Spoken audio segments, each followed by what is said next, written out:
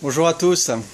Alors, je vais faire une petite vidéo rapide pour vous montrer que les paysans n'utilisent pas que des produits qu'on met dans une armoire à local phyto. Donc j'utilise également ça, je sais pas si vous voyez bien. Voilà. Donc là c'est un purée de plantes. Donc là j'en ai presque plus parce que j'ai presque tout soutiré. Donc j'en ai préparé un autre à côté là. Donc là c'est un purée de plantes, de toutes plantes en fait. J'ai arraché des mauvaises herbes et puis au lieu de les balancer, j'en ai fait un purée. Purée ou extrait de plantes. Mauvaises herbes encore c'est pas sûr. Donc j'ai tout mis là-dedans, j'ai rempli d'eau. Il y a un peu tout comme plante. Ce que vous voyez en rouge là c'est une plante invasive, là c'est le raisin d'Amérique me semble, qu'on la surnomme comme ça. Donc j'ai tout mis ça dans une cuve remplie d'eau. Par contre j'ai respecté la proportion, c'est-à-dire 1 kg de plantes pour 10 litres d'eau, et j'en ai fait à peu près 200 litres. Donc après ça, une fois que votre purée est prêt, un des signes qui vous permet de savoir si votre purée est prêt, c'est normalement quand vous allez mettre vos plantes et que vous allez mettre votre eau, les plantes vont toujours avoir tendance à flotter. Vous allez remuer tout le temps, tous les jours pardon, et arrivé à un moment vos plantes vont descendre, et quand elles sont au fond c'est que votre purée il est ok, et donc vous pouvez le soutirer. Donc pour le soutirer, moi je me suis pas cassé la tête, j'ai percé ma cuve, j'ai mis 2 robinets, on ouvre.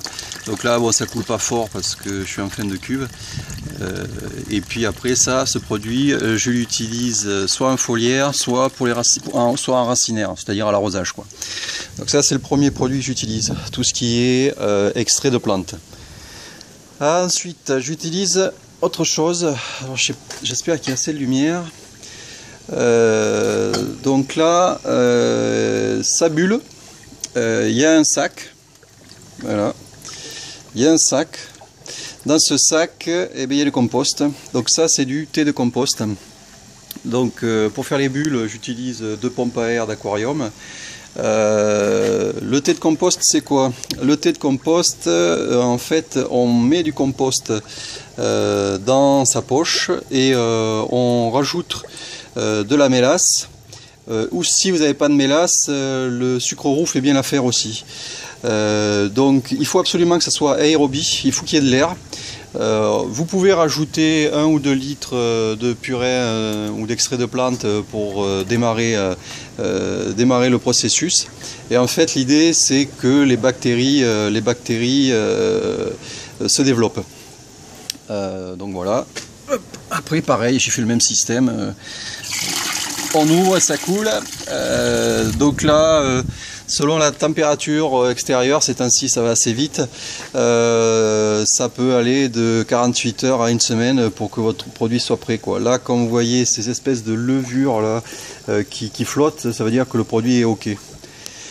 Donc moi j'utilise un compost du commerce. L'idéal ça serait d'utiliser votre compost, mais moi vu les quantités que je fais j'ai pas assez de compost. Donc là j'ai trouvé ça, c'était intéressant, fumier bovin et fumier volaille plus un ajout d'algues.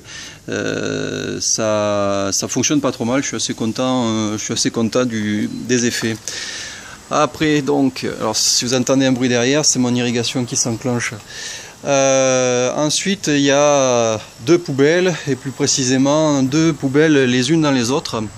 Donc là en fait c'est encore un autre produit, un autre procédé.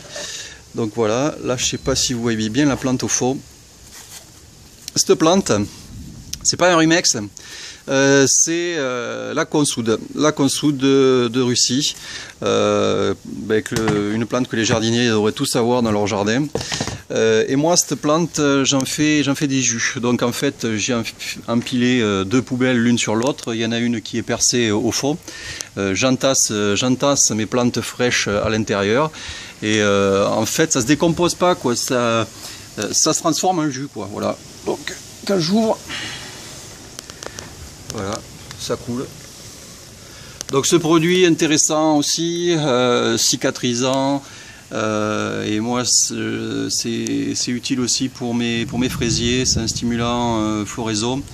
Donc un produit aussi facile à faire, quoi. Il n'y a pas bien compliqué à mettre en place.